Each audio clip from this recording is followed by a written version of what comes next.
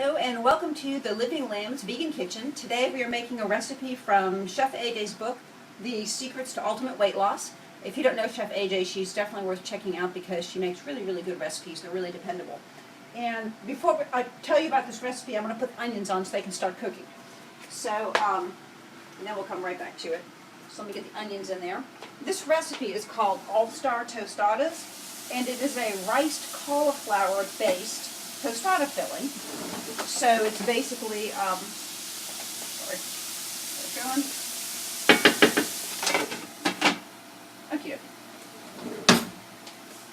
So how Chef AJ describes it as, this is made from only vegetables, but tastes like chorizo, guaranteed to be a fiesta in your mouth, and makes approximately 8 cups, which is 2 of these or 2 large of the large canning jars worth of stuff.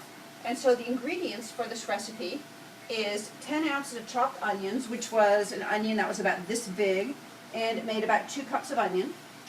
10 ounces of mushrooms, and for me this was full when I did it. They settled a little bit, so it ends up being about 4 cups of mushrooms. And 16 ounces of riced cauliflower, which you can get frozen at BJ's, and that's where I got mine. But you can also just pulse. You can also just pulse your cauliflower if you don't have rice cauliflower. Just, pulse it in your food processor. I did my onions and my mushrooms and my garlic in the food processor, and, it just made it really fast to knock that right out. 6 garlic cloves. 2 14.5-ounce cans of Muir Glen diced fire-roasted, no salt added tomatoes. I would normally be inclined just to use whatever my store brand was, but since this is the first time I'm making this recipe, I wanted to get the tomatoes that it called for, just because maybe the liquid in another tomato would be different, or more of it or less of it, so that I got the texture the recipe intends. So 2 cans of the tomatoes, 2 tablespoons of tomato paste, and then there's the spice blend, which is 2 tablespoons of chili powder, and 1/2 tablespoon of smoked paprika, which is not regular paprika, but smoked paprika. It tastes really good. 1/2 tablespoon of cumin, a teaspoon of oregano, 1/2 teaspoon of chipotle powder, which I don't have, so I left it out. And then 1/4 teaspoon of crushed red pepper flakes, and I used a little bit less than that, because I just didn't want it too hot. So what we do first is you saute the onions, and AJ said that she likes to take her time on this, so that the onions caramelize and become very sweet. I don't use any oil in my pan, because I use a scan pan, and the onions usually have enough moisture in themselves, but if you just mostly keep it covered, they can kind of moisten themselves if you don't have it up too high. And, sort of self saute, but you can always add a little water if you need to. These aren't quite done yet, so I'm just going to give it a couple minutes, and when the onions are done, I'll be back. So see you in a few minutes. Welcome back. It's 5 minutes later, and my onions are sauteed. And so now the next step is that we are going to saute the mushrooms and the garlic, right? Right. Let's see. Add the garlic and then the mushrooms. Cook until they become limp and nicely browned, and all the water has evaporated. So you add the garlic.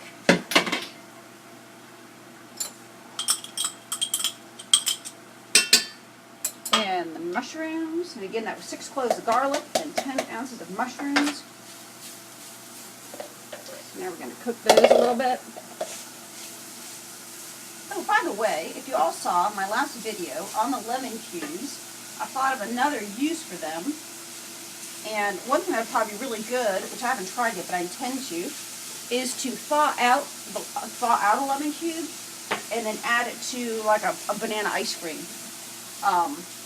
And make a really nice lemon ice cream, which I think that would be really delicious.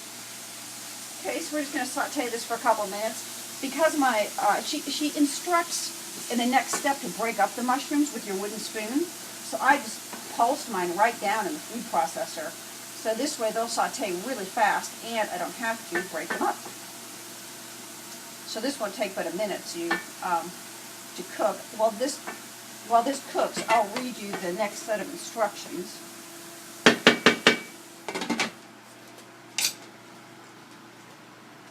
So once again, break the mushrooms up into smaller pieces with your wooden spoon. Add the remaining ingredients So that's going to be the tomato paste, the spices, the cauliflower, and the tomatoes.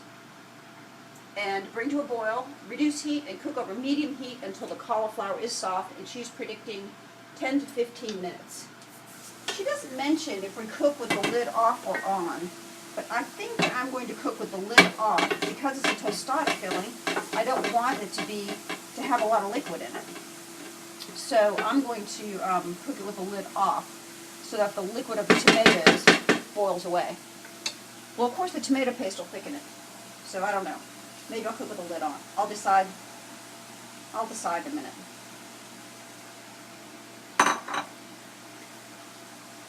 What was that? In can go the spices. And I'm going to hold off on that tomato paste just for a minute. This is the rest of the cauliflower.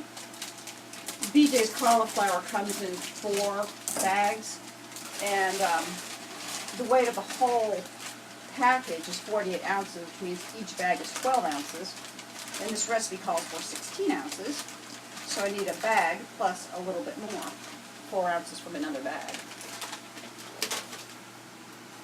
I'm going to break this up a little bit. Well, I'm not going to break this up a little bit.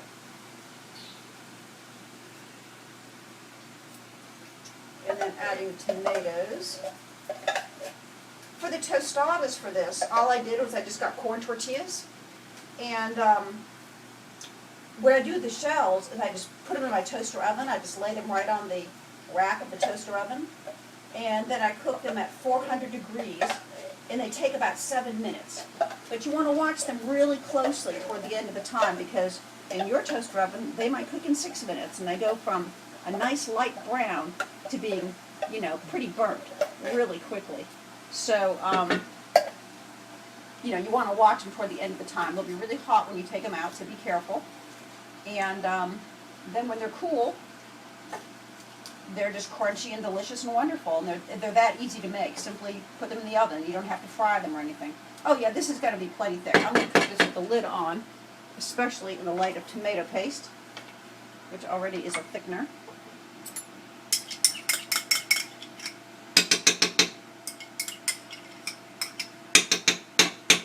Alright, so what I'm going to do is I'm going to let this come to a boil and set it on to cook.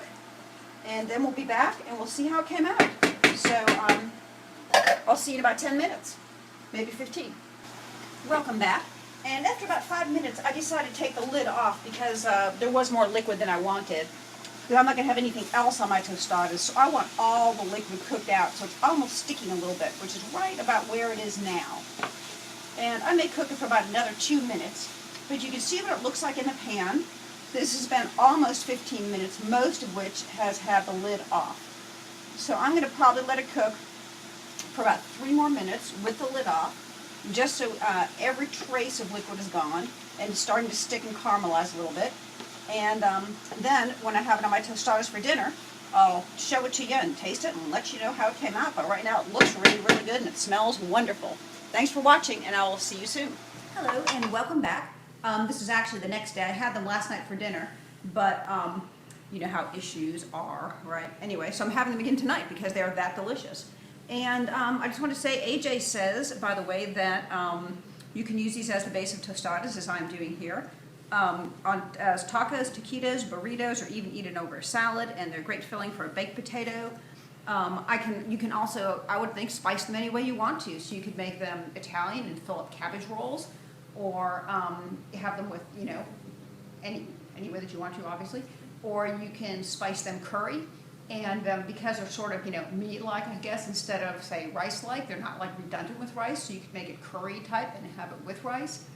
And you can, whatever. It's really, really delicious. You can mix beans with it if you want to, and roll it up in, like, spring roll wrappers.